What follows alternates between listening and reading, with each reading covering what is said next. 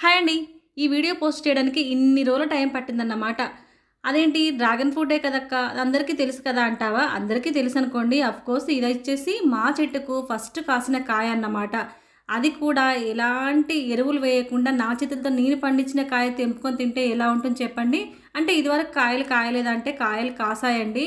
కానీ నా పర్మిషన్ లేకుండా నా చెట్టు కాయలైతే వచ్చేసి మన వానరమూక ఉంటుంది కదా! అదైతే వచ్చి పడిన కాయలు పడ్డట్టుగా లాగించేసాయన్నమాట.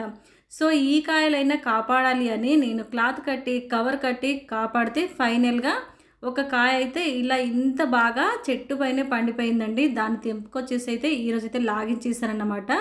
సో, ఏదైనా మనము తినాలి అంటే ఆ కాయ మీద మన పేరు రాసి ఉండాలనుకోండి. అది ఆ విషయం అయితే నాకు ఇప్పటికే తెలిసింది. అయినా నేను ఇంతవరకు డ్రాగన్ ఫ్రూట్ తినలేదండి. మా పిల్లలైతే తిన్నారు కానీ నేను మా చెట్టు కాయ ఫస్ట్ టైమ్ తిన్నానన్నమాట. Please subscribe.